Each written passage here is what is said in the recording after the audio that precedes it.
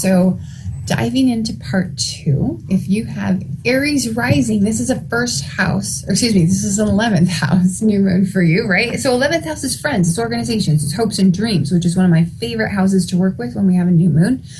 I always like to see people taking action towards fulfilling their hopes and dreams. That's one of our highest potentials that we can fulfill in life, right? And anytime that we have an opportunity to do that, especially during auspicious astrology, it's always a good idea to do that. So if you have Aries rising, that's something that I highly recommend you do with this new moon. Take steps toward a long-held hope or dream that you have. If you have Taurus rising, this is going to be a 10th house new moon for you. So that's career, awards, recognition, that's fame and achievement, it's status and reputation, right? It's the public life, it's the professional life. For Gemini, this is a 9th house new moon. So Gemini, 9th house new moon, higher education, long distance travel and communication. So things like publishing and broadcasting, things like live streaming, things like having a YouTube channel or social media channels, maybe for your business or a brand, something like that. Also has to do with religion, philosophy, law. Those things are 9th house matters. Long distance travel to foreign countries, foreigners and encounters with foreigners, those come under the 9th house. If you have Cancer rising, this will be an 8th house new moon for you. So that has to do with other people's resources that are at your disposal, right? It has to do with earnings from investments that you have. It has to do with insurance, taxes, inheritances, bonus and commission income. The 8th house is also occult themes, death, rebirth, transformation, things like that, psychology and the psyche and healing in that sense as well. Also has to do with research and investigation, digging deeply into things, okay? And then for Leo, this will be a 7th house new moon. So that has to do with marriage and partnership. That has to do with business, with relationships with others in general, including open enemies. And the 7th house also helps us dig into what we reject about ourselves and what we tend to project onto other people in our lives, especially when we're talking about the descendant, right? So definitely take a look, if you have Leo rising, at where the descendant falls in your chart, if there's contact with other planets in your natal chart, or if there's contact with planets to your descendant just from transiting planets as we're looking at the current astrology of this new moon. Those could influence how matters play out for you. If you have Virgo rising, this is a 6th house new moon for you. So it has to do with work. It has to do with health. It has to do with your daily routines and schedules. It has to do with habits. It has to do with employees and pets. So people that work for you, basically. Diet is also a 6th house matter. And Virgo is the natural ruler, of course, of the 6th house.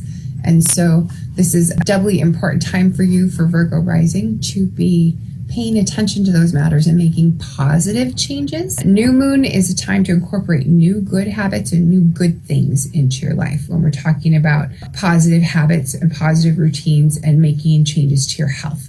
The full moon's when you want to let go of the bad stuff. New moon is when you want to bring in the good stuff and the new stuff. Libra, this is a 5th house new moon for you. So creativity, romance, true love, not marriage, right? That's 7th house. That's Venus, not the sun. Venus is more partnership, right? That's the committed thing. That's balance. 5th house is things that we do for pleasure. It rules the heart. It rules enjoyment. And being Leo's house, that's ruled by the sun, right? That's the heart. So sports, risk-taking, gambling, those are 5th house activities.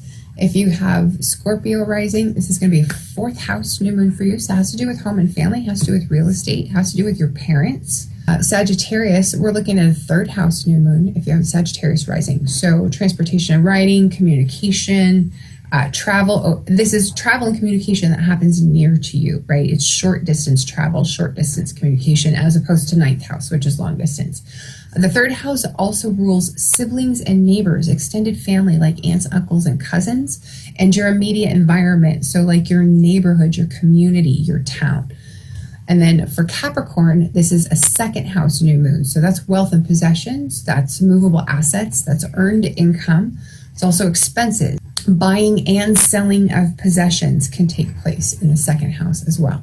And then for Aquarius, this is a first house new moon for you, of course, right? It's your birthday new moon, which is kind of fun. So the first house rules personality. It rules identity, self-expression, the physical body, our behavior and our mannerisms, how we interact with our environment and the people around us.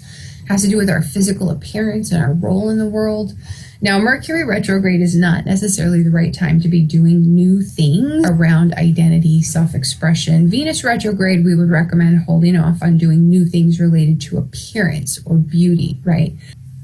Maybe sit tight on anything new just because we do have the Mercury retrograde, if you can help it, and instead focus on reinventing yourself, taking a look at what parts of you've outgrown, that you've just been carrying around habitually, right? That maybe you don't need anymore, but maybe there's something that you do need that you can replace them with. So maybe new ways of doing things, new ways of behaving, new activities, new ways of interacting with your environment, new roles, new methods of self-expression that help you move forward and grow, that can replace the ones that you've outgrown, right? So take a look at it through that lens of reinventing yourself. Since it's our new moon in Aquarius, Uranus is the ruler, Mercury's retrograde, I think that's a fine time for exploring reinvention.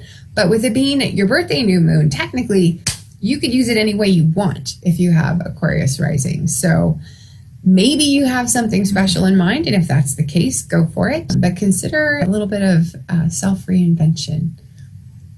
Pisces, finally, this is going to be a 12th house new moon for you. So that has to do with privacy and seclusion, right? That has to do with the unconscious mind. It has to do with spirituality or spiritual journeys or spiritual experiences, spiritual growth. It has to do with highly personal or private projects or projects that we work on alone, behind closed doors, out of the public eye. It has to do with institutions of seclusion as well. And then the 12th house, keep in mind, also has to do with things like escapism and addiction, that sort of thing.